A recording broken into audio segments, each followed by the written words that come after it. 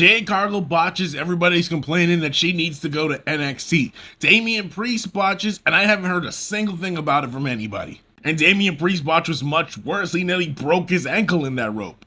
Clash at the Castle was okay, like all Triple H pay-per-views. I think it was like 1 or 2 matches too short, though I didn't watch the pre-show. I just wonder how many times would WWE have to appear in a country before the crowd isn't as hot as they are for these international pay-per-views. I estimate 5. By the 5th time WWE appears in the country, the crowd will be a little less hot.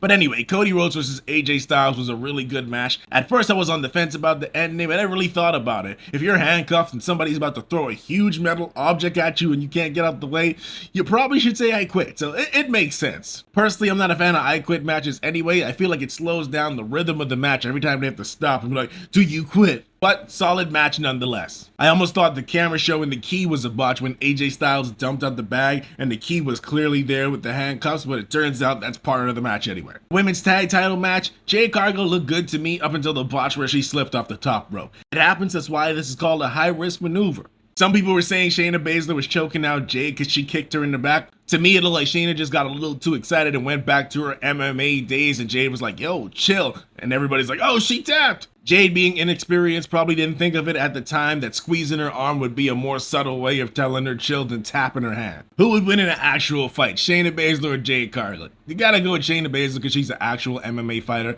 even though she wasn't really a successful one. Jade Cargill was a basketball player and bodybuilder. She probably could take a hit, but I doubt she could deal with Shayna Baszler's submissions. Damian Priest versus Drew McIntyre, solid match and perfect ending with CM Punk interrupting as a referee. But when is CM Punk gonna get back into the ring and face off with Drew McIntyre? Because they are milking the hell out of this. If he wasn't ready, you shouldn't have brought him back. If Drew McIntyre and CM Punk are not facing each other at the next pay-per-view, then WWE is just wasting my time. Piper Niven was great putting on a show for her hometown crowd. At no point did I think she was actually going to beat Bayley, but they allowed her to showcase some of her talent. Chelsea Green coming out in a Rey Mysterio match in the exact same outfit she was wearing when she got kicked out of the arena is the right amount of comedy that this match needed. Sami Zayn versus Chad Gable, they are milking this Otis turn for all it's worth. He honestly should have turned on Chad Gable like 2 or 3 times ago when he finally faced off against him. I understand the entertainment aspect and you may want to build up the excitement, but I honestly think it was more exciting the first time Otis gets face to face with Chad Gable and teased that he's going to turn on him. Now Otis just looks soft and like a fool, and I don't think the crowd is going to get behind him any more than they already are. As a matter of fact, they're probably going to start turning on him if he doesn't really do so. Well, this is the second time that Sami Zayn beat Chad Gable, so now the only options has to be either Otis wins the Intercontinental Championship